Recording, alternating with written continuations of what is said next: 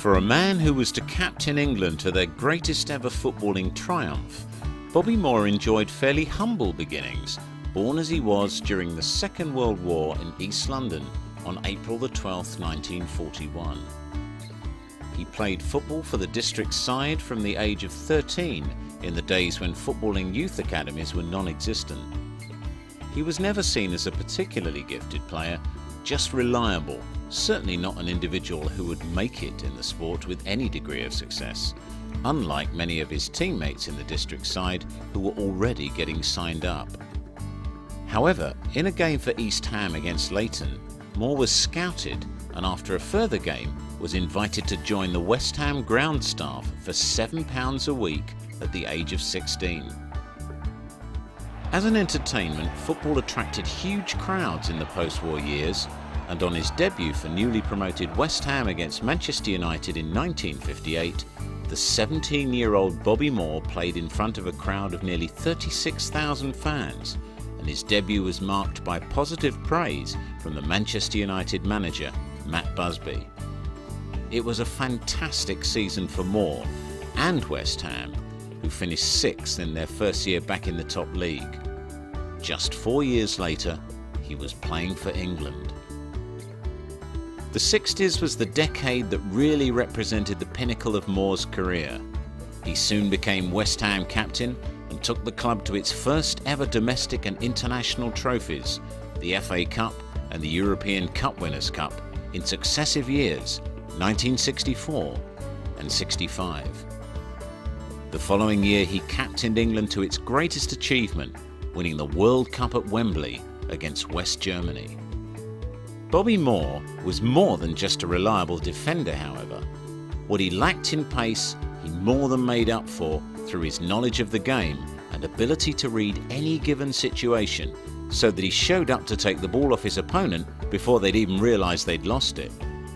It was part of this genius that accounted for his ability to find a pass or a through ball that created chances and made goals for his many enthusiastic colleagues. Brooking, trying to send Collins one way then the other, a curling one! Oh, wonderful goal! Moore's professional partnership as captain with West Ham manager and football Svengali Ron Greenwood was at the heart of West Ham's success in the late 60s and early 70s, and he could score the odd goal too. They've got to go for more soon. A shot down by Moore.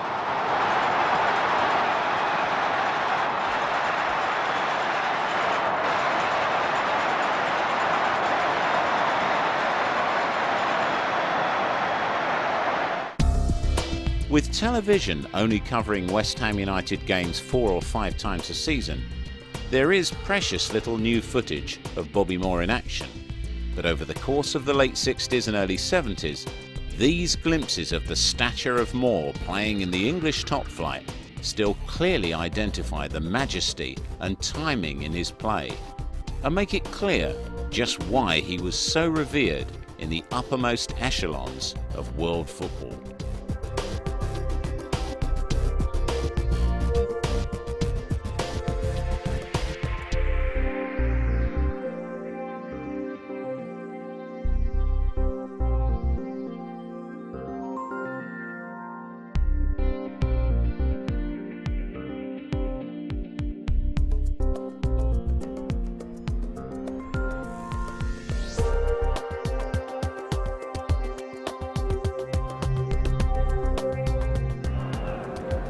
Moore taking it quickly.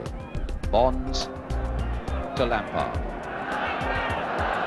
Moore in a position where he often likes to go forward and let one go, and he has, and a tremendous save by Stepney. Moore, who loves nothing better to be left in a position like that with a bit of space, and who really has a most powerful shot.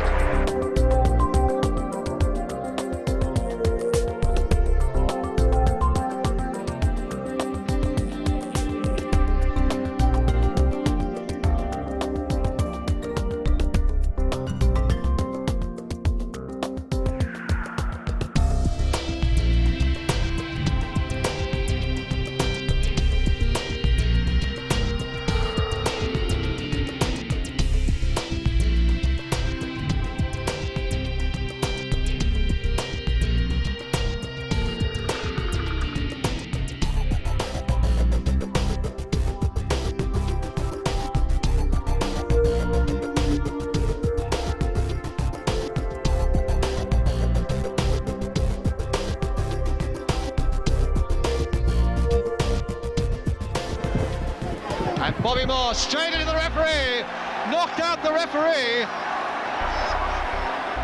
That really was a powerful header away by Bobby Moore, and the referee is completely knocked out,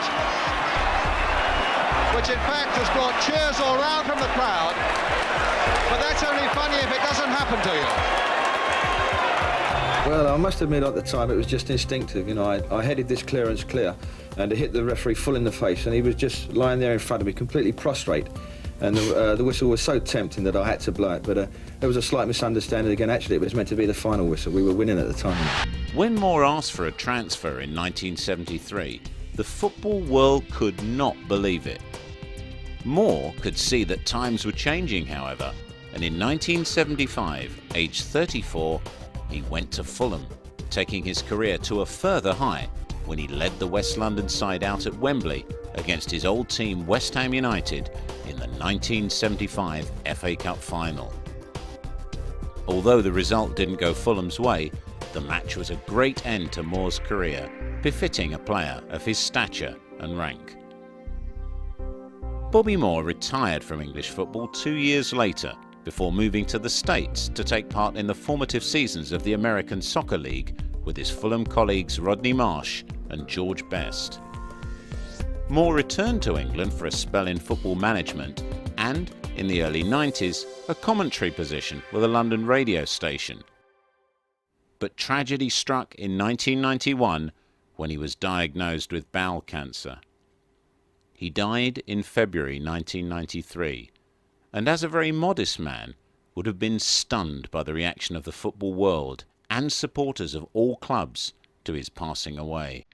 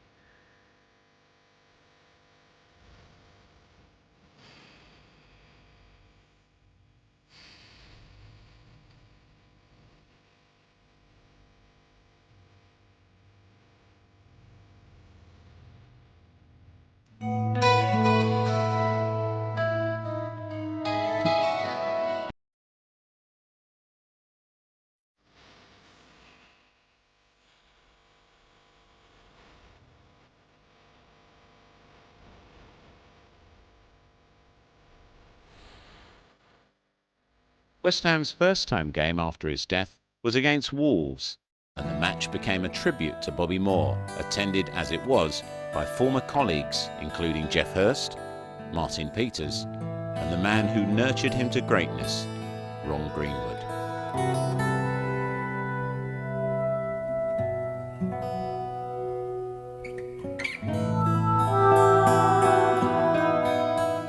Bobby Moore still remains the most capped outfield player for England, with 108 caps.